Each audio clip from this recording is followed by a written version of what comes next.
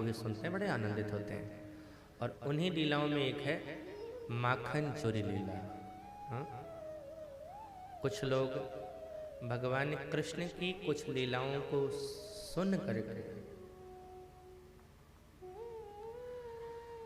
आरोप लगा देते हैं, साहब कैसा भगवान है जो चोरी करता है। कुछ लीलाओं पर प्रश्न चिन्ह खड़ा करते हैं। मैं बता दूं, भगवान की लीलाओं पर प्रश्न चिन्ह वही खड़ा कर सकते हैं जिन्हें सत्संग से, अध्यात्म से, संतों से दूर दूर तक लेना देना नहीं है। वो सिर्फ और सिर्फ प्रश्न चिन्ह और उंगली उठाने का काम करते हैं, बस और कुछ नहीं। वो किसी को नीचा दिखाने के लिए ही ऐसी बातें करते रहते हैं। उन्हें लगता है माखन चोरी, भगवान ने माखन चुराया है। अच्छा साहब, आप सब पढ़े लिखे हो, बताओ चोरी की परिभाषा क्या है? चोरी किसे कहते हैं? किसी की वस्तु को बिना उसकी जानकारी के ले लेना, यही तो चोरी है। सामान किसी का है, आप उसके घर में गए, उसकी जानकारी नहीं है और लेकर के चले आए छुपा करके, यही तो चोरी है। तो क्या भगवान जिन माखन को खाते थे ये गोपियों को पता नहीं रहता था? साहब भागवत पढ़ो, गोपियां गौ दोहन करती थी प्रेम से और ये भाव रख करके कि इसका माखन निकलेगा, और माखन बिलोती थी प्रेम से, निकाल करके रखती थी कि आकर के वो खाए। लेकिन हाँ, ये नहीं चाहती थी कि वो मांग के खाए। थोड़ा बालक रूठे, खींचे, चिल्लाए, शरारत करके कुछ खाए। कोई गोपी अनजान नहीं थी, वो तो माखन बिलो बिलो के रखती थी। फिर आप कहोगे जब ऐसा बात था तो भागवत में ही लिखा हुआ है कि गोपियों ने मैया यशोदा से शिकायत करी। क्या है वो सब? तो आप कथा में सुनोगे शिकायत का मतलब क्या है। पहले तो भगवान ने चोरी नहीं किया, क्योंकि चोरी किसी की इच्छा के विरुद्ध, उसकी जानकारी के बिना ली गई वस्तु को चोरी कहते हैं। और भगवान गोपियों के उस माखन को इच्छा के विरुद्ध नहीं लेते थे, जानकारी में रहती थी तब लेते थे। दूसरी बात, माखन किसे कहते हैं? हम सोचते हैं माखन का मतलब दही को बिलो करके दही से निकला हुआ एक पदार्थ है जिसे हम माखन कहते हैं। लेकिन भागवत में माखन उसे नहीं कहा गया। आध्यात्म के पथ पर, आध्यात्मिक मार्ग में माखन किसे कहा गया है? बोले संत हृदय नवनीत समान, ये भक्तों का हृदय ही माखन है साहब। भगवान कुछ और नहीं चुराता था, उन भक्तों के माखन हृदय को लेता है, जो साफ है, निर्मल है, उन माखन को, उस हृदय को लेता है। माखन हम समझते हैं दधी से निकला हुआ पदार्थ। अध्यात्म के हिसाब से संत का हृदय ही माखन है। भगवान उस हृदय को लेते थे जो स्वच्छ है, निर्मल है। कथा में आई है बात, भगवान गोपियों के हृदय में भगवान को देख करके ऐसा भाव जगा कि यशोदा से लेकर के ये माखन खाता है, इधर आता है बाहर खेलने के लिए, तो हमारे घरों में आकर के ले लिया करे। भगवान ने गोपियों के इस भाव को समझा और एक दिन श्रीदामा, मनसखा इत्यादि को बुलाया। मनसखा से बोले भगवान, क्यों रे घर में खाता पीता नहीं है क्या तू? बोले हाँ खाता हूँ। तो इतना दुबला पतला क्यों है? मनसखा बोले कन्हैया, कोई दाल चावल खाने से नहीं होता है मोटा। अरे तेरे जैसे हम माखन नहीं खाते हैं। भगवान बोले तो तेरे घर में माखन होता नहीं है क्या? बोले हाँ होता है। तो खाता क्यों नहीं है? बोले मैया सब मथुरा जाकर के बेच आती है। भगवान बोले सुन, ये गलत बात है। सेवा करे गोकुल के ग्वाला, हम माखन खावे मथुरा के लाला, ये गलत बात है। माखन पर सबसे पहला अधिकार हमारा है, बचेगा तब मथुरा जाएगा बिकने को। अपने अपने घर में जाके खाइयो माखन। भगवान ने कहा। अगले दिन फिर आए सारे ग्वाल वाल इकट्ठा हुए। भगवान ने पूछा खाया? मनसखा बोला खाया। कितना खाया? बोले 2। भगवान बोले क्या 2 मटके? बोले नहीं 2 थप्पड़ खाया। किसने मारा? बोले तेरी भाषा में मैंने जाके कह दिया मैया उसे कि माखन पर सबसे पहला अधिकार हमारा है, बचेगा तब मथुरा जाएगा। मैया ने 2 थप्पड़ लगाए। बोले कंस के सिपाही आकर के मारेगा तो बचाएगा कौन? तेरा बाप। पहले वहां जाएगा, जो बचेगा सो तुम लोगों को मिलेगा। भगवान बोले भैया अब अपराध नहीं लगेगा, हमने सूचना दे दी है कि हम खाएंगे, लेकिन मैया हमारे खावे की सामान जाकर के बेच करके आती है, यानी छुपा के खाना है। उदमंगल बोले अगर पकड़े गए तो? भगवान बोले कैसे पकड़े जाएंगे? क्यों? बोले ट्रेनिंग पहले ले लेंगे खाने की। सुदामा बोला तो हमारे घर में कौन सी ट्रेनिंग है? कौन ट्रेनिंग देगा? हमारे गांव में ऐसी ट्रेनिंग है। भगवान बोले ट्रेनिंग हम देंगे ना। फिर क्या था?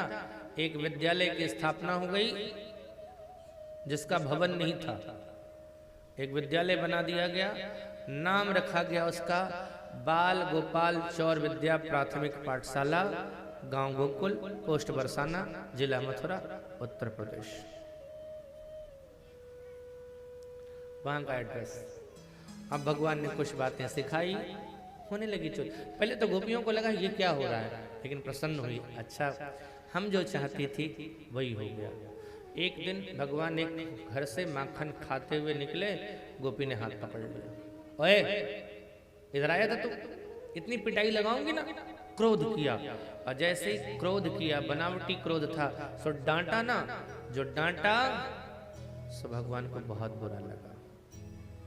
उस दिन के बाद जाना ही छोड़ दिया।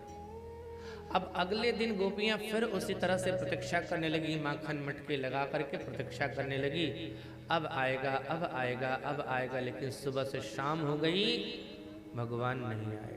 सारी गोपियां शाम को एकत्र हुई। तेरी गली तरफ आया था क्या? बोले ना। तेरी तरफ? बोले ना। किसी की तरफ नहीं गया? बोले ना। आज तो दिखाई नहीं, बाहर नहीं निकला वो? बोले नहीं। स्वास्थ्य खराब है क्या? बोले ना। स्वास्थ्य खराब होता तो अब तक पूरे गोकुल में शोर हो गया होता। तो फिर आया क्यों नहीं? उसको नहीं देखे हैं तो आज मेरा जी नहीं कर रहा है, कुछ कार्य में मन नहीं लग रहा है। तो एक गोपी बोली वो नहीं आया तो हम उसके पास चलते हैं। दूसरी ने कहा अगर मैया ने पूछ दिया काय को आई है, हमने तो कोई बुलौआ नहीं भेजा बधैया गावे के लिए, तो क्या जवाब देंगे? गोपियां बोली कि हम शिकायत करेंगी उसकी। काहे की शिकायत? बोले अरे मन में जो भी बनावटी भी शिकायत करना है वो सब हम कर लेंगे, चलो। गोपियां समूह बना करके यशोदा के महल की ओर चली। देखो ये क्या शिकायत करने आई है? एक संत कहते हैं कि देखे बिन कान्हा ये मन नहीं माना, कि गोपियों का ताना उलाहना तो था दर्शन का बहाना। वो तो दर्शन करने जा रही थी, उल्टी चाल चलते हैं दीवान गाने इश्क, आंखें भी बंद करते हैं तो दीदारे यार के लिए। ये जो प्रेम करने वाले होते हैं ना, उनकी चाल बड़ी उल्टी होती है।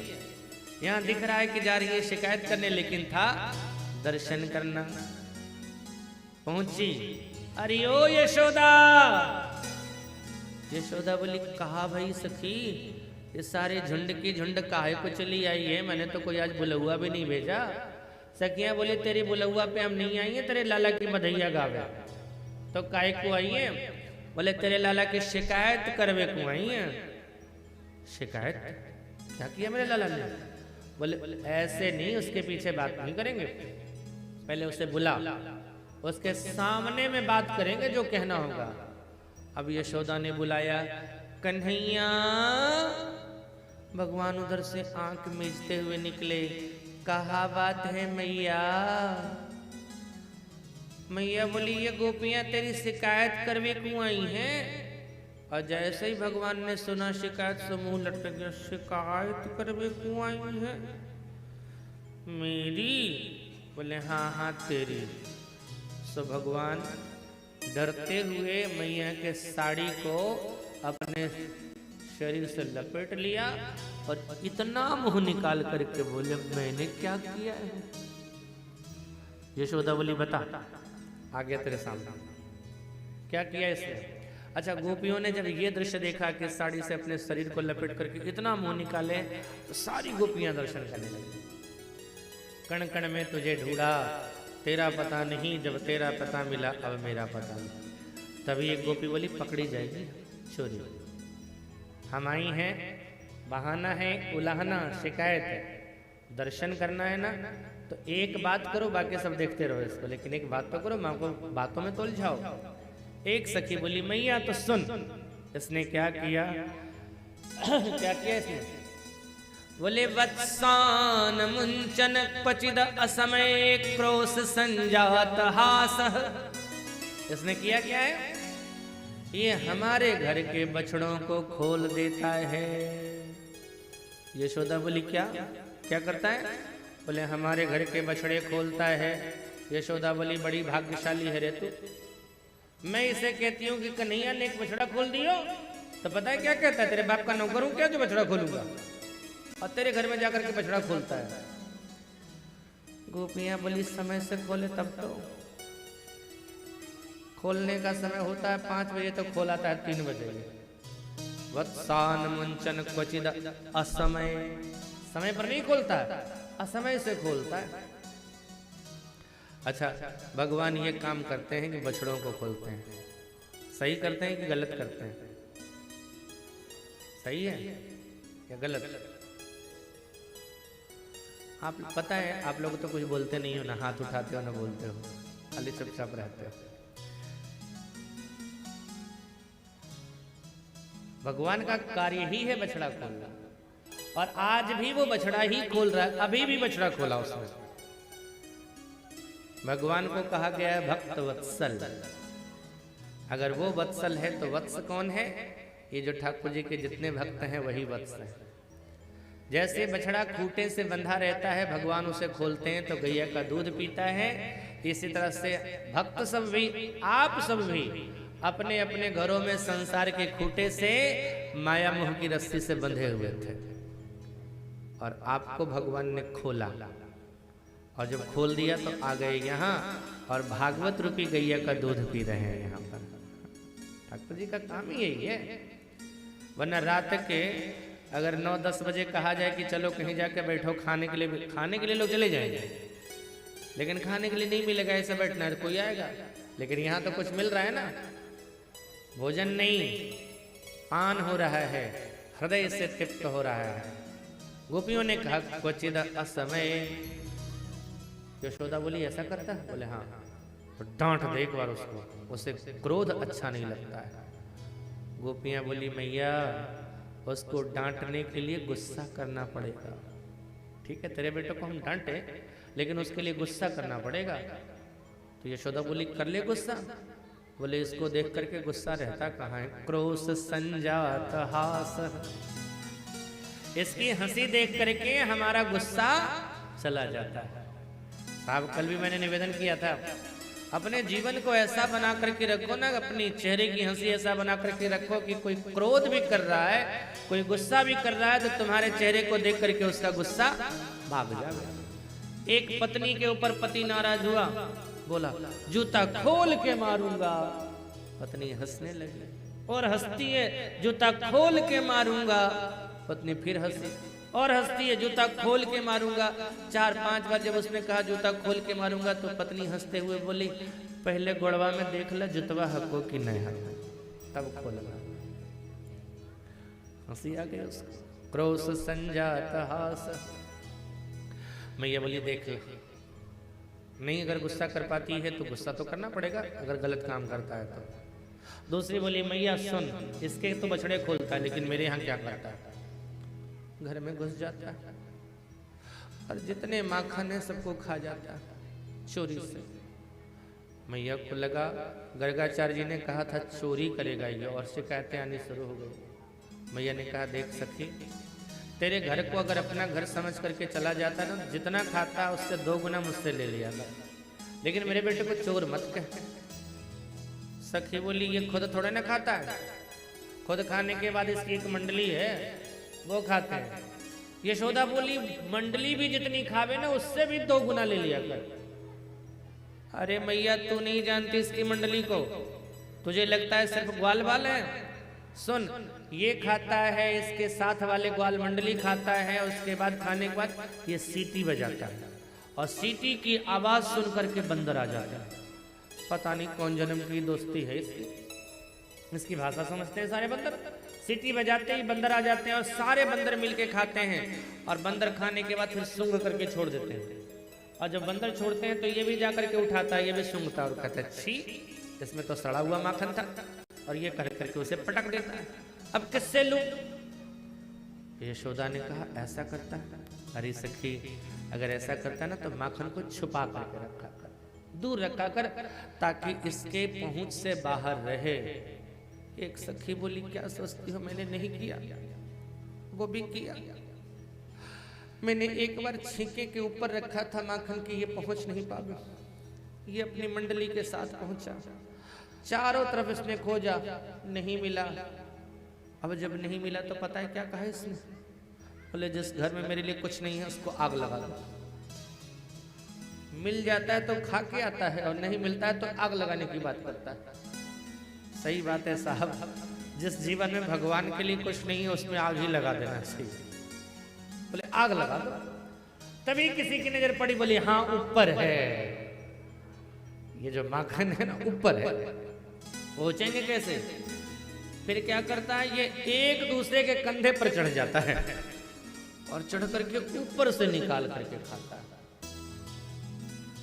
एक सखी बोली मैया मिल जाए तो सिर्फ खा के आ जाता है, लेकिन जिसके घर में नहीं मिलता है उसकी हालत क्या करता है पता है?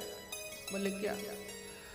मैंने माखन के मटके को ऐसे छुपा दिया था कि इसको दिखा ही नहीं, चारों तरफ ढूंढा लेकिन नहीं मिला। फिर आ रहा था, तभी इसकी नजर मेरी बिटिया पर पड़ी और मेरी बिटिया खटिया पर सो रही थी। सो उसके पास जा करके इसने मेरी बिटिया के चटिया को खटिया के पटिया से बांध दिया और उसके कान में जाकर के बोला हौवा। और हौवा सुनते ही मेरी बिटिया खड़ी हुई और उसकी बिटिया की चुटिया खटिया के पटिया से बंधी। सो जैसे बिटिया खड़ी सो खटिया भी खड़ी हो गई। अब बिटिया भागे वहां तो खटिया भी जाए पीछे पीछे, वहां जहां जहां जाए बिटिया वहां वहां जाए खटिया। उसने चिल्ला के कहा मैया हुआ आ गए, मैया आओ। खटिया ने मुझे पकड़ ली, मैं गई किसी तरह से जा करके किसी तरह से बिटिया के चुटिया को खटिया के पटिया से अलग किया।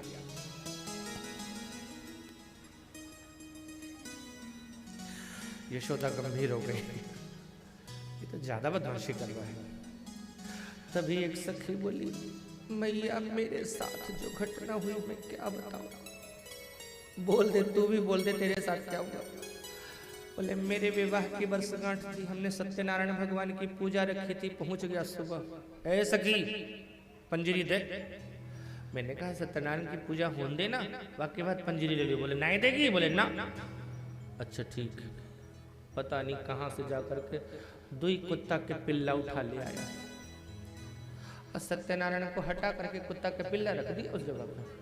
और खिड़की से आके बोला सखी निक सत्यनारायण के दर्शन कर लियो जा करके अपने। मैं गई, वहां पर 2 कुत्ते के पिल्ले थे। ये तो दिन की घटना।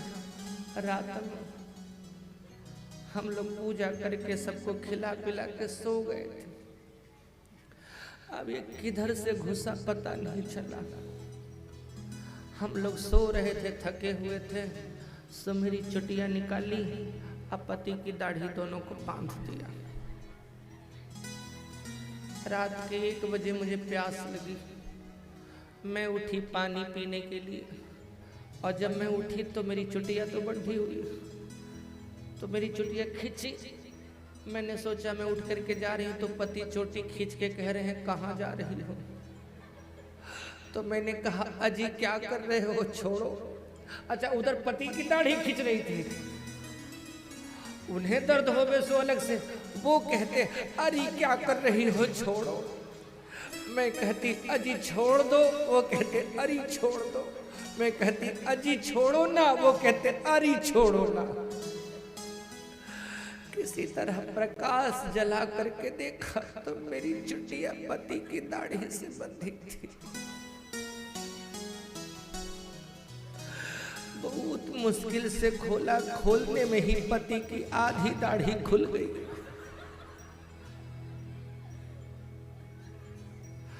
अब तो यशोदा को लगा कि बहुत ज्यादा कर रहा है ये। क्यों लाला इधर निकल, निकाला, ये सब करता है तो। अब भगवान को लगा कि ये सब मैंने किया कब है, ये सब कब किया। ये झूठ बोलने आई है तो मैं कम थोड़े ना हूं। भगवान बोले मैया मैंने कछु नहीं किया, ये सब मेरे विरोधी हैं।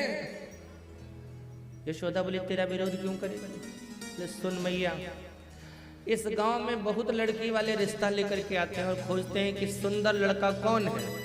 और जब खोजते हैं सुंदर लड़का कौन है तो मैया तुझे पता है सबसे सुंदर कौन। मैया बोली कौन। अरे मैया तेरो लाला कन्हैया यानी मैं सबसे ज्यादा सुंदर। तो सारी लड़की वाले मुझे ही खोजते हैं, सब रिश्ता मुझसे ही लाते हैं। अब इन लोगों ने सोचा कि मेरे लड़के रह जाएंगे कुंवारे तो इसको चोर चोर करके बदनाम कर दो। और मैया ये लोग जो मेरे साथ करती है, मैं बाहर निकलता हूँ, बुलाती है, मैं जाता हूँ, दरवाजा बंद कर लेती है और कहती है नाच।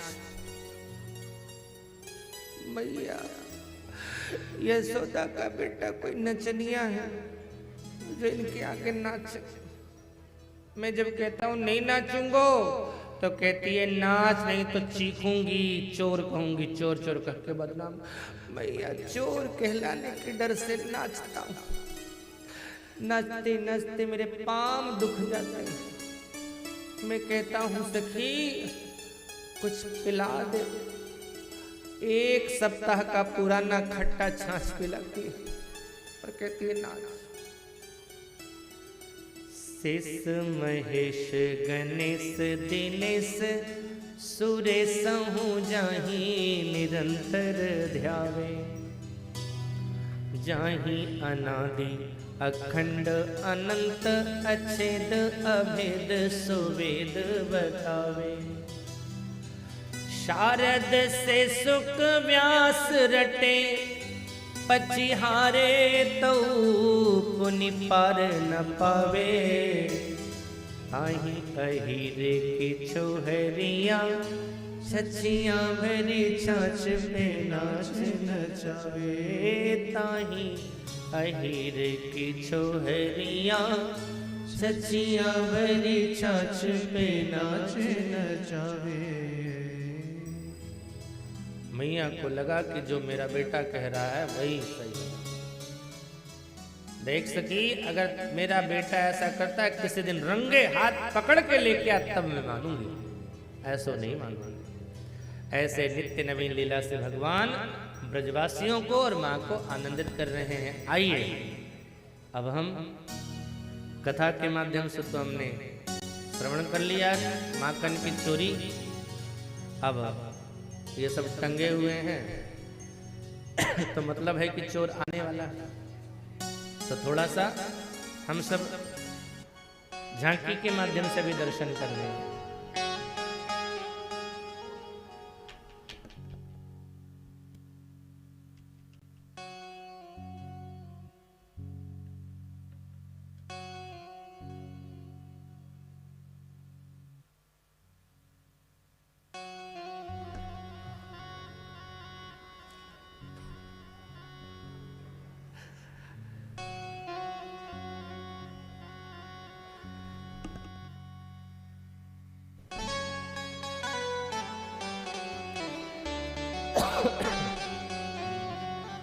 हो तेरा प्यारा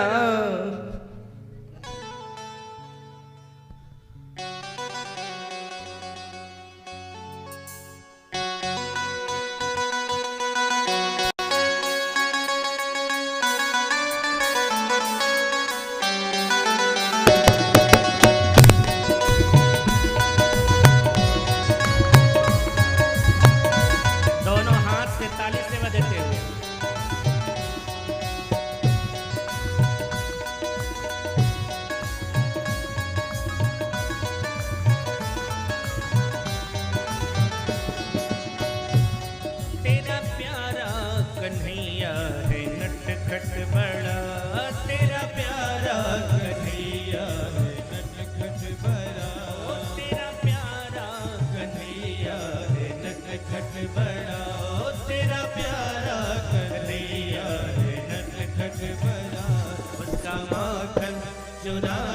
गजब ढा गया तेरा प्यारा कन्हैया नटखट भरा।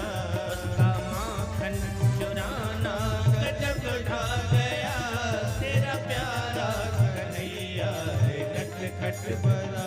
ओ तेरा प्यारा कन्हैया है नटखट बड़ा। ओ तेरा प्यारा कन्हैया नटखट भरा।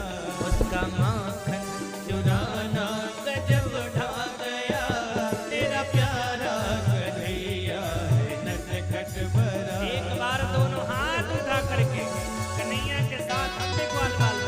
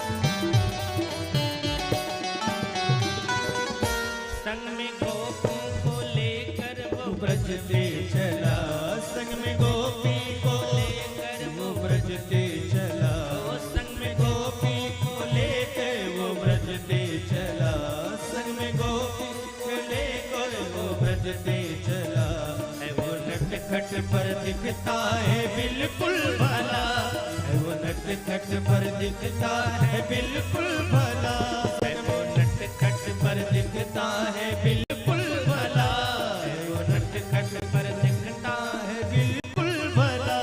थोड़े मटकी और माखन खिलाया बहुत, थोड़े मटकी और माखन खिलाया बहुत, उसका माखन खिलाना गजब ढा गया, मेरा प्यारा कन्हैया है नटखट भरा, ओ तेरा प्यारा कन्हैया है नटखट भरा, उसका माखन खिलाना गजब ढा गया, तेरा प्यारा कन्हैया है नटखट भरा।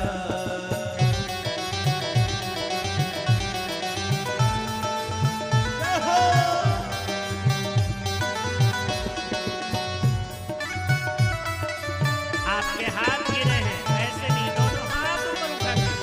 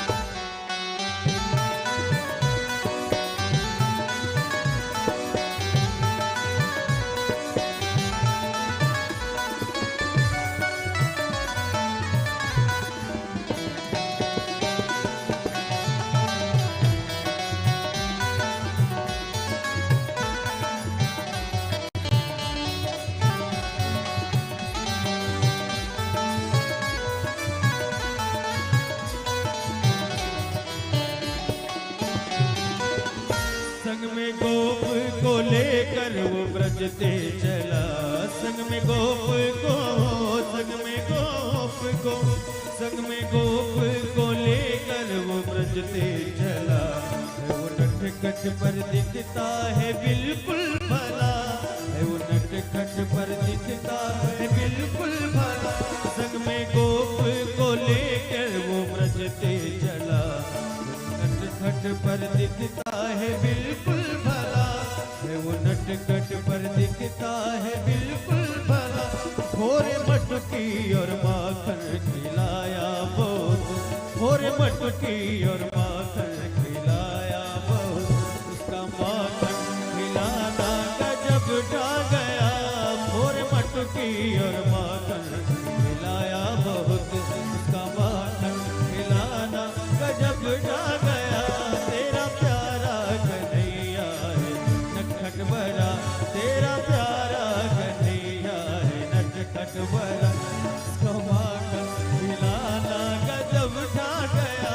तेरा प्यारा कन्हैया है नटखट बड़ा, तेरा प्यारा कन्हैया है नटखट बड़ा, तेरा प्यारा कन्हैया है नटखट बड़ा।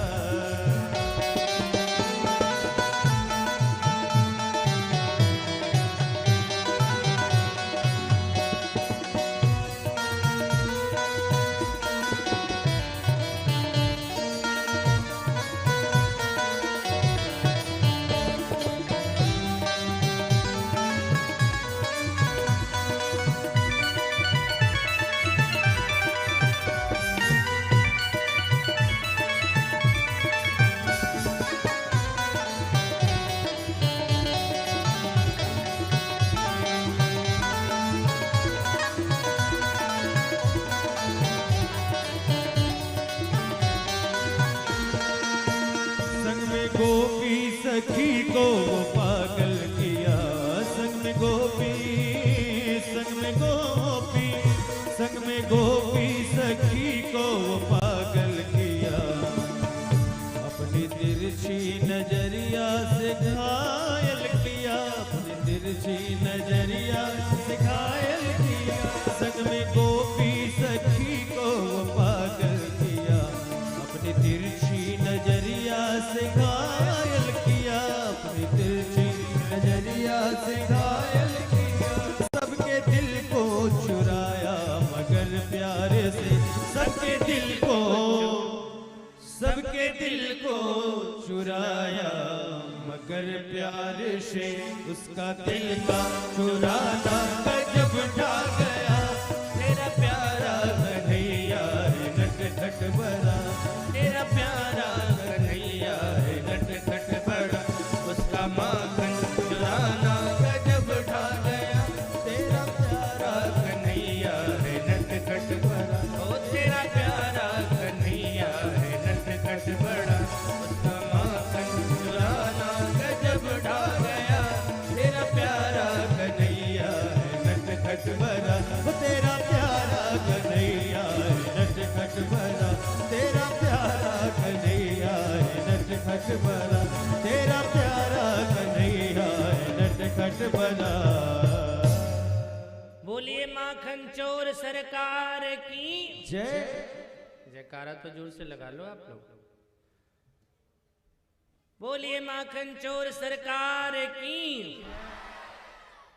भगवान ने विविध लीलाएं करी हैं। एक बार भगवान ने मृदभक्षण भी किया है। ग्वालों ने जाकर के शिकायत करी, मैया तेरे लाला ने मिट्टी खा ली। मैया को लगा कि ये तो गलत बात है, माखन खा रहा था, अभी मिट्टी खाने लगा, रोकूंगी नहीं तो और कुछ और खाएगा। हाथ में लिया छड़ी और भगवान से पूछा, कस्मान मृदमदात्मन भगवान भक्षितवान है, क्यों रे अदात्मन आपने मिट्टी खाई। यशोदा ने भगवान को क्या संबोधित किया है, अदात्मन। अच्छा एक चीज और कहा है, भवान। जबकि ब्रज क्षेत्र में या उधर के क्षेत्र में आप बहुत कम प्रयोग करते हैं। बड़ा भी होगा ना तो उसको कहेंगे तू या तुम, लेकिन यहाँ शब्द प्रयोग किया भगवान भक्षितवान। आपने मिट्टी खाई। अब देखो सुखदेव जी कहते हैं राजन देख लो इस सत्यवादी हरिश्चंद्र को, सत्यनारायण भगवान को। कहा जाता है ये सत्य हैं लेकिन जैसे मैया ने पूछा क्यों रे मिट्टी खाई आपने, भगवान बोले ना हम भक्षितवान अम्ब, मैंने मिट्टी नहीं खाई। तो ये लोग जो कह रहे हैं बोले सर्वे मिथ्याभिशंसिनः, ये सब के सब झूठ बोल रहे हैं। अच्छा तो एक सत्यवादी तू ही है? बोले हाँ मैया, ये सब मुझसे द्वेष रखते हैं। अच्छा तू कहता है तेरे बाल सखा मुझसे द्वेष रखते हैं, लेकिन दाऊ भैया